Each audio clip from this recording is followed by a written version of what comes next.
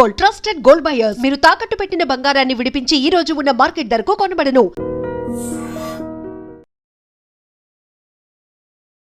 Band మేళం సినిమాని అద్భుతమైన ప్రేమ కథ తీసాము, ఎప్పటికీ గుర్తుండిపోయే చిత్రం అవుద్ది అని చెప్పేసి టీజర్ రిలీజ్ మాట అన్నారు. అంత కాన్ఫిడెంట్ ఏంటి sir? Teenage sir, Telangana backdrop లో జరిగే ఒక లవ్ స్టోరీ.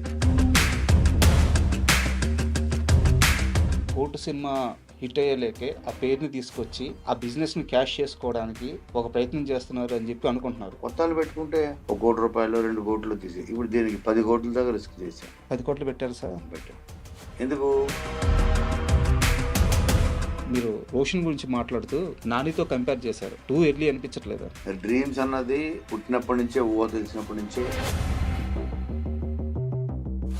తిప్పుకుంటున్నారు. పాట సూపర్ హిట్ అయింది. జెన్యూన్ గా కష్టపడే ఒక మనిషికి మీరు ఒక అద్భుతమైన ఛాన్స్ ఇచ్చారు. ఎలా కలిసారు రాము రాథోడ్ గారు మీరు? ఇది ఒక ఫోక్ సింగర్ కదా నువ్వు చేయాలి రాము అంటే. అలాగా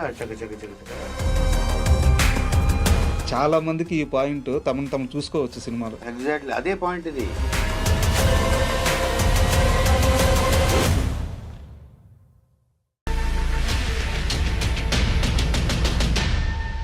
hi, welcome to my show.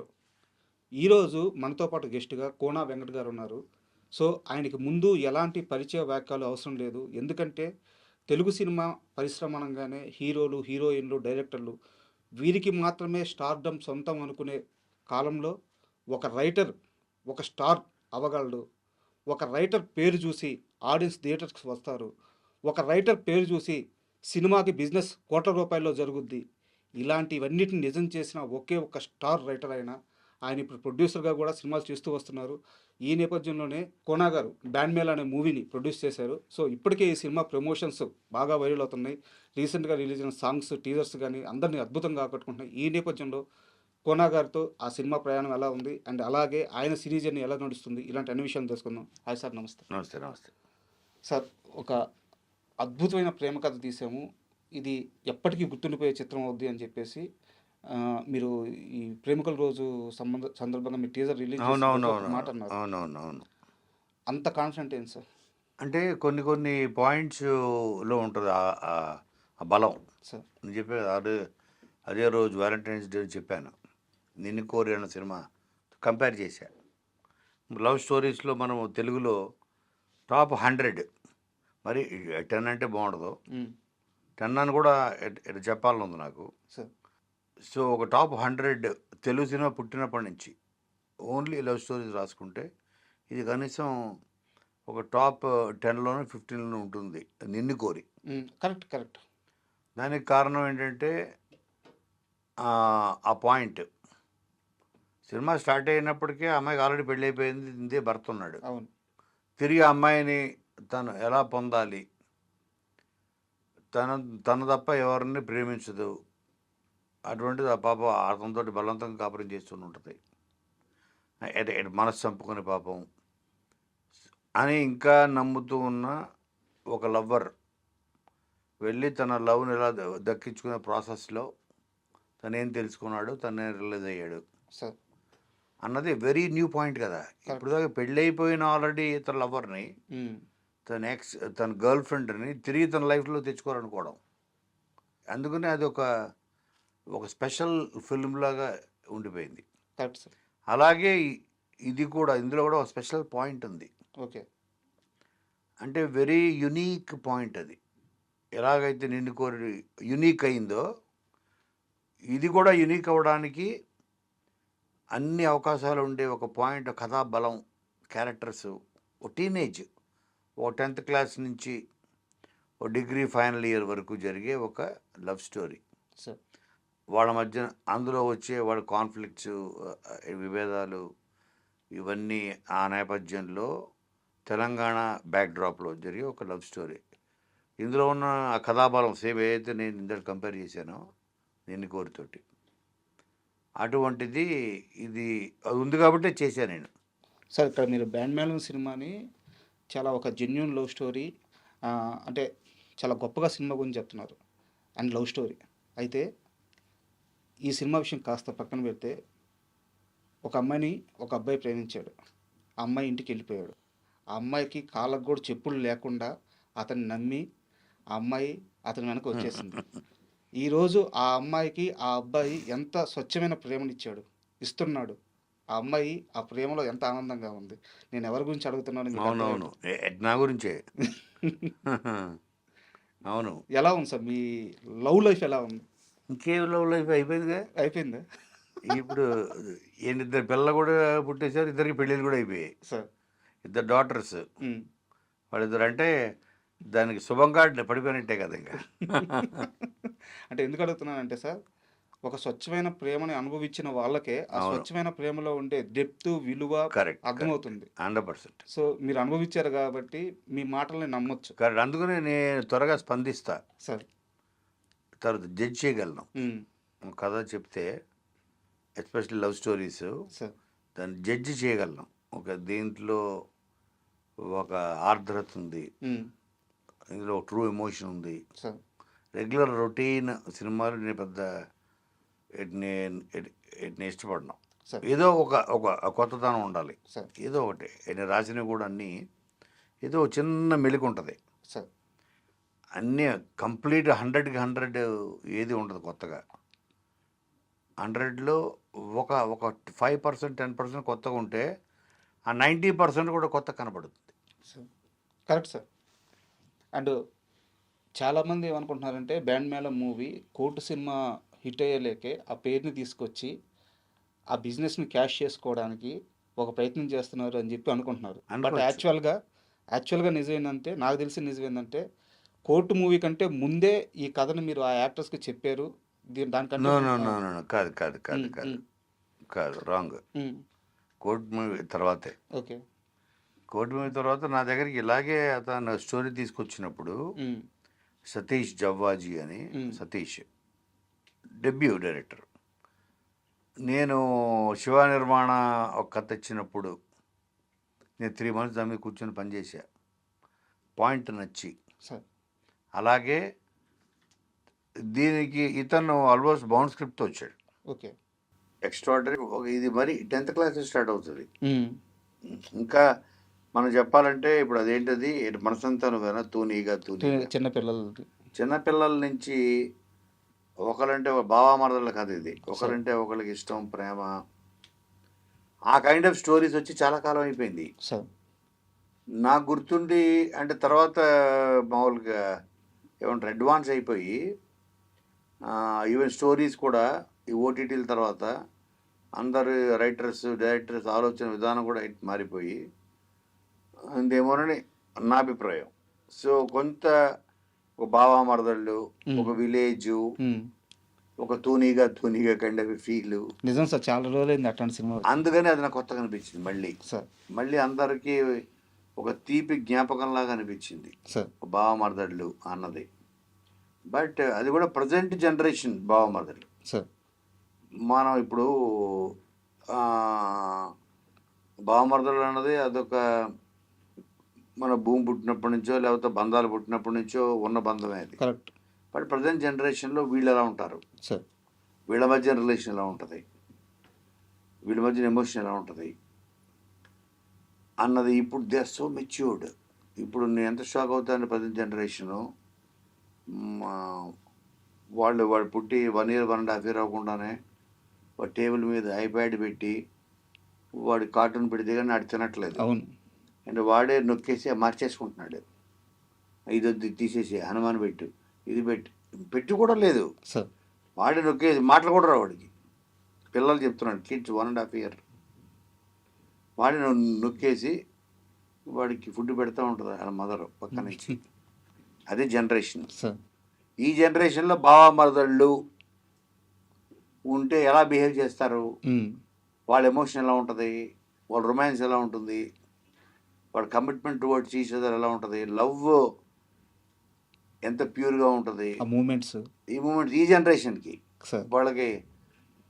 So కాబట్టి వాళ్ళకి 100 things, వాళ్ళ సోషల్ మీడియా, ఇది అది ఫోన్, అలాంటి దాంట్లో నాకు కొత్తగా అనిపించి చేశా.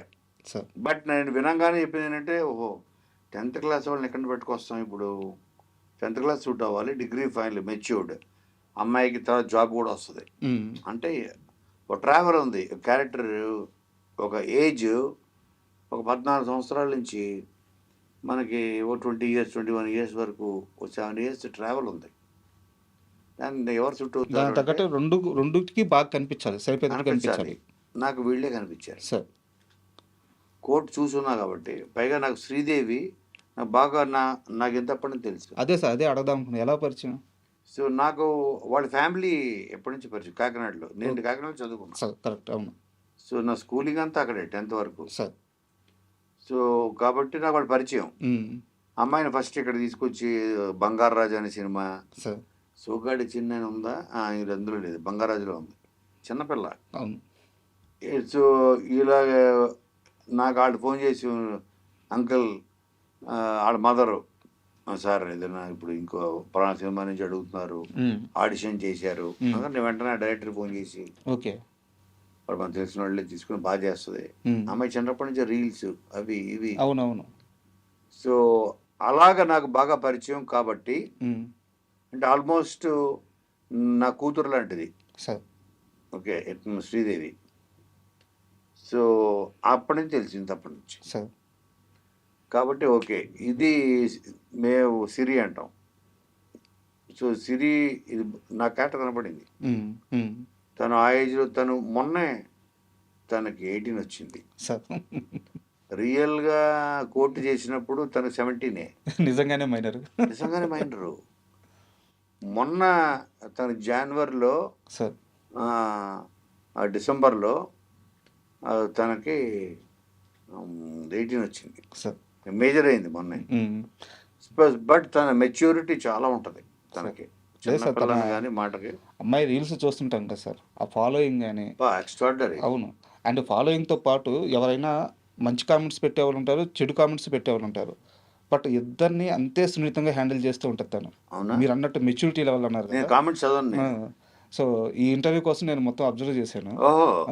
సో చాలా మెచ్యూర్ లెవెల్స్ చాలా ఎక్కువ అమ్మాయికి నిజంగా. అందుకనే చూసి ఈ అమ్మాయి చేస్తే చేద్దాం సార్. మరి ఎవరు ఉండాలి బావా? వెంటనే రోషన్. వీళ్ళిద్దరు ఆల్రెడీ పాపులర్ పేరు, నెంబర్ 1. సార్ ఇద్దరు 2 ఏజ్ గ్రూపులకి నాకు సూట్ అవుతారు, 10th క్లాస్ నుంచి అవును కరెక్ట్ డిగ్రీ ఫైనల్ ఇయర్ వరకు. తర్వాత త్వరగా ఒక మంచి కథ, ఒక డైరెక్టర్కి అతని జీవితం ఇది సార్. నేను కొత్తగా స్టార్ట్ చేసే జీవితం ఏది లేదు నాకు. సో అతని కెరియర్ ఒక మంచి కథ ప్రపంచం త్వరగా అది పాకాలి అంటే ఒక పాపులర్ ఫేస్లు ఉండాలి సార్. ఉంటే ఆటోమేటిక్గా మనకు కూడా బడ్జెట్ ఉంటుంది. కొత్తలు పెట్టుకుంటే మనం మ్యాక్సిమం మనం రిస్క్ ఎంత చేయగలం, 1 కోటి రూపాయలు 2 కోట్లు తీసి. ఇప్పుడు దీనికి 10 కోట్ల దాకా రిస్క్ చేసాం. 10 కోట్లు పెట్టారు సార్. పెట్టాం. ఎందుకు? వాళ్ళిద్దరు కాబట్టి సార్. మళ్ళీ లేకపోతే పెట్టలేము. బట్ ఇక్కడ మొన్న అదే ఫంక్షన్లో డైరెక్టర్ మాట్లాడుతూ ఒక మాట అన్నారు, సినిమాకి బడ్జెట్ ఎంత అయిందో నాకు తెలియదు, నీకేం కావాలో చెప్పు, నేను మొత్తం చూసుకుంటా అని చెప్పి కోనా గారు అన్నారు. అవును, ఇది నిజంగా రిస్క్ కదా? అదే రిస్క్ అంటే వీళ్ళ మీద రిస్క్ కాదు, వేరే వాళ్ళు ఎవరి మీద రిస్క్. ఇది బోత్ సబ్జెక్ట్ అన్నది బతుకుతుంది, దానికి ప్రాణం పోదు, వీళ్ళిద్దరే పోయగలరు. తర్వాత బిజినెస్ పరంగా కూడా, మార్కెటింగ్ పరంగా కూడా ఇది చాలా ఈజీలీ అచీవబుల్. నేను ఆల్రెడీ 70% అచీవ్ చేసా. కరెక్ట్ 70%. అంటే నాకు ఎక్కడ అందంగా అనిపించింది అంటే, ఒక కొత్త దర్శకుడికి ఉండే తలనొప్పులన్నీ తీసేశారు అంతే. ఇంకా అంతకంటే లాంచింగ్ ఎవరికి దొరుకుద్ది? అంతే. కరెక్ట్. బట్ అట్లా మీరు చాలా మందిని డైరెక్టర్లు చేశారు కదా. కరెక్ట్. అదే నేను నా దగ్గర శివ నిర్వహణ వచ్చినప్పుడు కూడా సార్ ఆ కథ చెప్పి, సార్ దీనికి 1 కోటి రూపాయలు ఉంటే ఒక కొత్త యాక్టర్ పెట్టుకుని 1 crore సార్, అంతే సార్ బడ్జెట్, మనం చేసేయచ్చు అన్నాడు. నా కథ బాగా నచ్చింది. దీనికి ఎవరో హీరోయిన్ ఏంటో వదిలేసి, కొత్తోళ్ళ చిన్నోళ్ళ పెద్దోళ్ళ వదిలి ఫస్ట్ దీని మీద కలిసి పనిచేద్దాం అని పనిచేసి ఒకరోజు నాని దీని హీరో అని చెప్పాను. అతను షాక్, నానే సార్ చేస్తాడా సార్, నీకెందుకు కోనా ఉన్నాడుగా. నేను తనకి కథ చెప్పి తీసుకెళ్ళి కూర్చోబెట్టి, తను కూడా బాగా జడ్జ్ చేయగలరు. నాని జడ్జిమెంట్ చాలా బాగుంటుంది. డైరెక్టర్ ఓకే, డైరెక్టర్ క్యాపబుల్, సరే కోనగారు వెనకాల కథ చాలా బాగుంది అని తను కూడా బ్లైండ్గా. అలాగా నాకు సతీష్ కూడా, తను నేను కొత్త వాళ్ళు అంటే కొత్త వాళ్ళు అనేవాడు, సార్ దీన్ని ₹1,00,00,000 చేయాలంటే సరే ₹1,00,00,000 ఓకే సార్. ఇప్పుడు అంటే స్ట్రగుల్ పడి పడి పడి 10 సంవత్సరాలు సినిమా ఉంటుందా లేదా, మనం వెళ్ళిపోయి ఊరికి వెళ్ళిపోయి వేరేది ఏదైనా చేసుకోవాలా ఉద్యోగం. తను ఆల్రెడీ కంటెంట్ రైటర్ జీలో, సార్ జీ టీవీలో. మళ్ళీ బ్యాక్ జాబ్ వెళ్ళిపోదామా, నెలకి 25,000 30,000 ఎంతో వస్తుంది శాలరీ కదా అనే సిచ్యువేషన్ వచ్చేసాడు ఆల్రెడీ. ఆ ప్రెజర్లో ఒక్క ఛాన్స్ కొత్త వాళ్ళు అయినా పర్లేదు అట్లాంటి దానికి కూడా రెడీ. రెడీ. అప్పుడు నా దగ్గరికి వచ్చాడు. కొత్త వాళ్ళు ఎందుకు, మనం ఇలా పెట్టి చేద్దాం, బ్రహ్మాండంగా చేద్దాం. Top music director sir Vijay గారు, టాప్ లిరిసిస్టులు చంద్రబాబు ఇద్దరు, ఒకడు ఆస్కారు ఒకడు నేషనల్ అవార్డు, సార్ ఇద్దరు. అలాగ అందరినీ టాప్ టెక్నీషియన్లు ఇచ్చి నేను మెయిన్ క్రియేటివ్ హెడ్గా ఉండి సార్ అటు స్టోరీలో చేంజెస్, స్క్రీన్ ప్లేలో ఏది, డైలాగ్స్లో ఏంటి, అన్నిట్లో. సార్ ఎందుకంటే అది నా మనసుకి బాగా ఎక్కేసింది. కరెక్ట్. అండ్ ఇక్కడ మీరు రోషన్ గురించి మాట్లాడుతూ నానితో కంపేర్ చేశారు. టూ ఎర్లీ అనిపించట్లేదా? మా ఇంట్లో మా కజిన్ పిల్లలు ఉంటారు, వాడి క్రికెట్ అంటే ఇష్టం. సార్ వాడికి బ్యాట్ కొనిచ్చి, అరే అది ఎందుకు క్రికెట్ ఇష్టం అంటే నేను విరాట్ కోహ్లీ అవుతా అంటాడు. సార్ టూ ఎర్లీ రా అని అనలేం కదా. సార్ డ్రీమ్స్ అన్నది వాడు పుట్టినప్పటి నుంచే, తెలిసినప్పటి నుంచే ఆడుకుంటుంది. నేను పలానా వాడిని అంత అవుతా. బట్ వాళ్ళు అనుకోవడం వేరు, కోనా వెంకట్ గారు ఒక బ్రాండ్ వేయడం వేరు. అంతే కదా, జడ్జిమెంట్ ఇది. అదే సార్, అతని క్యాపబిలిటీస్ నేను కలిసి పనిచేసే కాబట్టి. మీరు ఒక్క సీన్ చూసుంటారు కదా మొన్న వ్యాలంటైన్స్ డే రోజు, ఆ ఒక్క సీను అతని పెర్ఫార్మెన్స్ ఎవరు చెప్పలేదు సార్. అతను ఫీల్ అయ్యి ఆ పాజులు, గ్యాప్లు తీసుకుని మాట్లాడడం, తాళి పట్టుకొని సార్ ఎప్పుడు నుంచోవాలి, ఎప్పుడు కూర్చోవాలి, ఎక్కడ ఎంత పాజ్ ఇవ్వాలి ఎవ్వరు చెప్పలేదు సార్. అతనే సీన్ లోపలికి వెళ్ళి, అతని ఏజ్ ఎంత 20 రోషన్ ఏజ్ ఫీలే చేశాడు. అప్పుడు నేను ఆ మానిటర్ దగ్గర కూర్చున్నాను, నేను చూసి నేను షాక్ అయ్యా. ఆ రోజు ఫిక్స్ అయ్యా సార్ ఇతను మరో నాని అని ఎందుకు అన్నా అంటే ఇప్పుడు మనకి ఎన్ని బ్రాండ్లు వచ్చినా మనకి పేస్ట్ అనగానే మన ఇంట్లో అమ్మమ్మల దగ్గర నుంచి ఫస్ట్ చెప్పేది కోల్గేట్ అంటారు. అలాగా, ఎందుకంటే అదొక నమ్మకం, అదొక ప్రామాణికం. అంతే, కరెక్ట్, ప్రామాణికం అయిపోయింది అది. అలాగే తను ఎన్ని సినిమాలు ఎన్ని క్యారెక్టర్లు మార్చినా ఆ క్యారెక్టర్లా కనబడతాడు సార్. తప్ప నాని ఫస్ట్ సీన్ తర్వాత నాని ఉన్నాడు, ఇంకా కరెక్ట్ సార్, ఆ పాత్ర అయిపోతాడు. అది నేను రోషన్లో చూశాను. సూపర్. దానికి ఏజ్ ఏముంది, 10 సినిమాలు చేసినంత, ఇప్పుడు ఇంకొక 20-30 సినిమా చేసినంత మాత్రాన అతను మళ్ళీ అక్కడి నుంచి యష్ అయిపోడు కదా. ఆ న్యాచురల్ స్కూల్ని పట్టుకోగలిగే శక్తి, ఆ పెర్ఫార్మెన్స్ క్యాలిబర్ కెపాసిటీ అతను నాకు అలా అనిపించింది. సూపర్. కొన్ని సంవత్సరాల క్రితం, అంటే మరీ ఎక్కువ కాదు, ఒక 1.5 year బ్యాక్, 1 year బ్యాక్ రాము రాథోడ్ గారిని కలిశాను. భయ మంచి పాటలు ఇస్తున్నా, పెద్ద వ్యూస్ వస్తున్నాయి, సినిమాల్లో పాటలకు కూడా రాని వ్యూస్ నాకు వస్తున్నాయి, మంచి సినిమా ఛాన్సులు రావట్లేదు భయ అని చెప్పి చాలా బాధపడ్డారు. అవునా? నిన్న రిలీజ్ అయిన పాట అవును, తిప్పుకుంటున్నా, కుమ్మేస్తుంది. తనే మాట్లాడుతున్నా ఇప్పుడు నాతో బయట, తనే ఫోన్, సార్ అసలు ఊహించలేదండి. ఎంత హ్యాపీగా ఉన్నారంటే వాళ్ళ ఫ్యాన్స్. మీరు ఆ పాట ఓపెన్ చేస్తే కింద కామెంట్ సెక్షన్కి వెళ్తే మీరు చూడండి, రాము రాథోడ్ గారిని ఎంతమంది అభినందిస్తున్నారో, మీకు ఎంతమంది థ్యాంక్స్ చెప్తున్నారు. సో అండ్ పాట సూపర్ హిట్ అయింది. జెన్యూన్గా కష్టపడే ఒక మనిషికి మీరు ఒక అద్భుతమైన ఛాన్స్ ఇచ్చారు. ఎలా కలిశారు రాము రాథోడ్ గారిని మీరు? రాము రాథోడ్ని అసలు నేను కలవలేదు సార్, ఇప్పటిదాకా కలవలేదు. అంటే ఇప్పుడు ఈ సాంగ్ ముందు వరకు. సార్ ఈ సినిమా ఏంటంటే ఇది ఫోక్ సాంగ్స్. సో బ్యాండ్ మేళం అన్న టైటిల్ ఎందుకు పెట్టామంటే, సార్ హీరో ఒకటి నమ్ముతాడు ఈ ప్రపంచంలో, అంటే చదువుకున్నోడు, చదువులో టాపరు వాడియే సక్సెస్ అవుతాడు అని అందరూ, మామూలు మన ఇళ్ళల్లో కూడా కరెక్ట్ అందరూ అంటుంటారు, అది ఫీల్ అవుతారు. వాడి చదువులో 0. సార్ కాకపోతే వాడికి మ్యూజిక్లో నాలెడ్జ్ ఉంది. సార్ అందరూ చదువులోనే సక్సెస్ సాధించాలని ఏముంది? కరెక్ట్ మనకి టాలెంట్‌తో కూడా వాళ్ళకన్నా నేను ఎక్కువ సక్సెస్ సాధించగలను కదా! సార్. ఇప్పుడు సచిన్ టెండూల్కర్ ఎంతవరకు చదువుకున్నాడు? సార్. మెగాస్టార్ ఎంతవరకు చదువుకున్నాడు? పవన్ కళ్యాణ్ ఎంతవరకు చదువుకున్నాడు? సార్. సో, అందరికీ చదువు రావాల్సిన అవసరం లేదు. వాళ్ళకి దేవుడు వేరే టాలెంట్ ఇచ్చుంటాడు ఏదో. కరెక్ట్.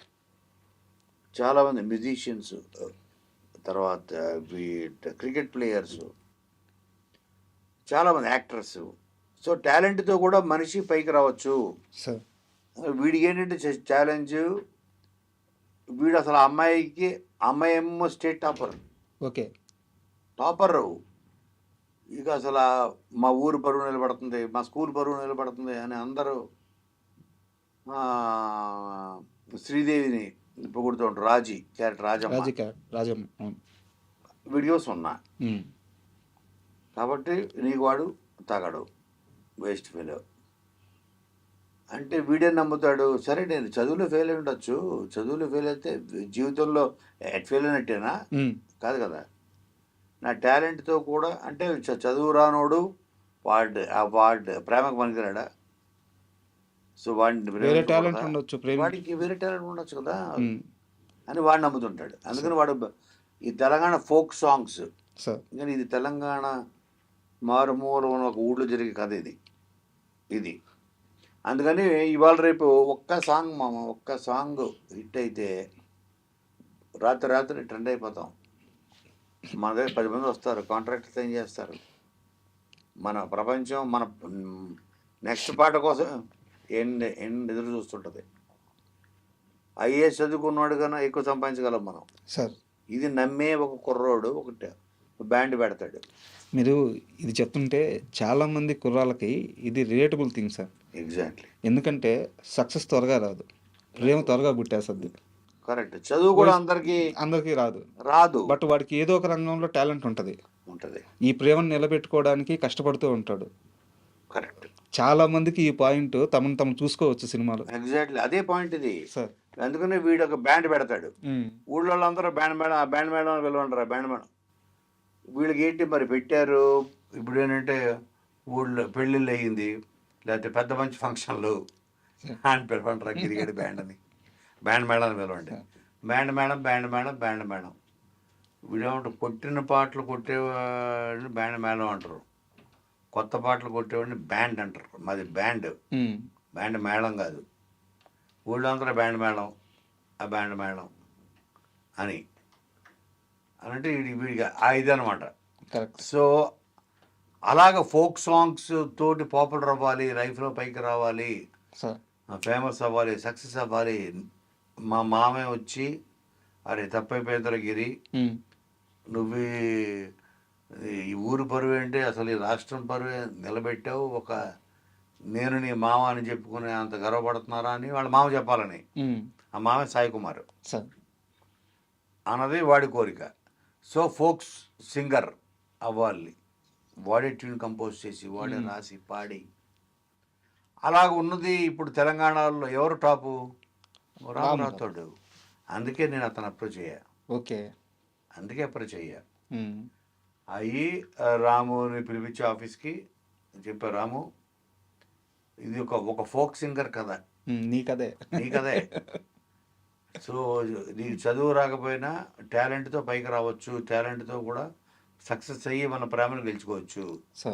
నేను కూడా లేకపోతే పనికిరాడు అని ఊరందరూ అంటున్న వాళ్ళకి నేను పనికొస్తాను. పనికి రావడమే కాదు, ఊరి పేరు కూడా నిలబెడతాను.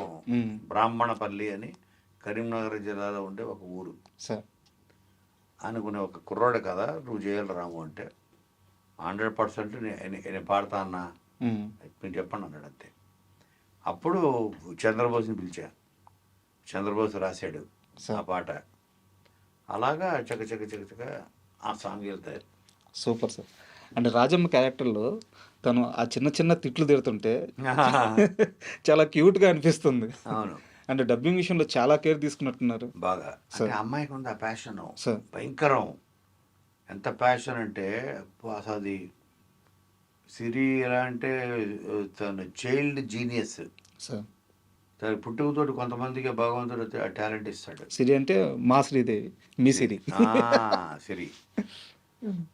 సో తనకి ఆ భగవంతుడు టాలెంట్ ఇచ్చాడు. తను కూడా చదువు వచ్చేది కాదు, సార్. కష్టపడి పాస్ అయ్యేది. అంకుల్ నా వల్ల అవ్వట్లేదు, మా అమ్మ తిడుతుందని.